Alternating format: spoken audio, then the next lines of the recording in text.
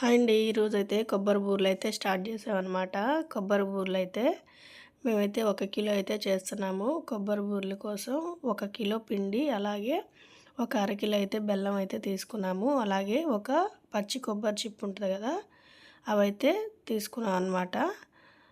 తీసేసుకొని మొత్తం తురుముకొని మిక్సీ అయితే పట్టుకున్నాము మొత్తం. అందులోనే యాలకులు కూడా యాడ్ చేసేసి పట్టేసుకున్నాం అనమాట.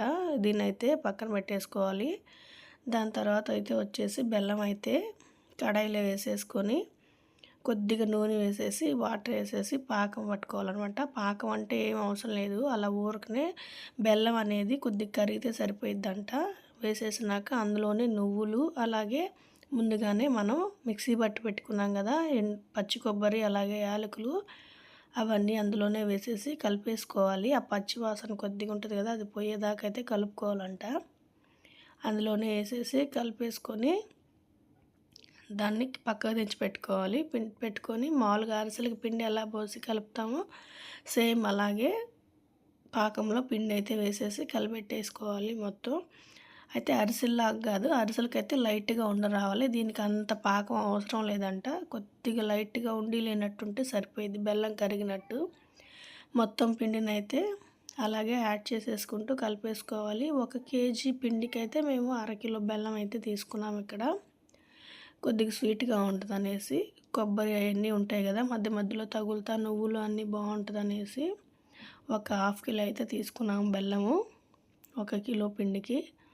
అలాగే అదేవిధంగా మొత్తం అంతా వేసేసి కలిపేసుకుంటూ ఉండాలన్నమాట. మొత్తం అంతా కలిపేసుకున్నాక మనమైతే నెయ్యి అయితే ఇందులో యాడ్ చేసుకోవాలి. మేమైతే ఇందులో 1 కిలో పిండి కదా, పావు కిలో నెయ్యి అయితే వేసామన్నమాట. పావు కిలో నెయ్యి అయితే వేసేసుకొని కలిపేసుకోవాలి మొత్తం. ఆ నెయ్యి అంతా కలిసేలాగా కలిపేసుకున్నామంటే బాగుంటుంది చూడడానికి. చూడండి ఎంత బాగుంటుందో, జ్యూసీగా ఉన్నట్టు అనిపిస్తుంది పైనుంచి. మనం ఎక్కువ ఆయిల్ తడుపుకోవాల్సిన అవసరం లేదు, ఉండకు కూడా లైట్గా లేనట్టు తడిపితే సరిపోయిద్ది. ఇదిగో ముందుగా చూపిస్తున్నాను కదా, ఇది ఇలా వేసేసి మధ్యలో గారు చేస్తాం కదా, అలాగే హోల్ పెట్టేసుకొని ఆయిల్ అయితే వేసేసుకొని డీప్ ఫ్రై చేసుకోవడమే. చూడండి ఎంత బాగా కలర్ వచ్చినాయో, చాలా బాగా వచ్చినాయి అన్నమాట. డోనట్స్ ఉంటాయి కదా, ఆ విధంగా అయితే ఉన్నాయి. పిల్లలు అయితే చాలా ఇష్టపడతారు, స్నాక్స్ కిందకి కానీ మామూలుగా తినడానికి కానీ చాలా బాగా వచ్చినాయి కొబ్బరి బూరెలు.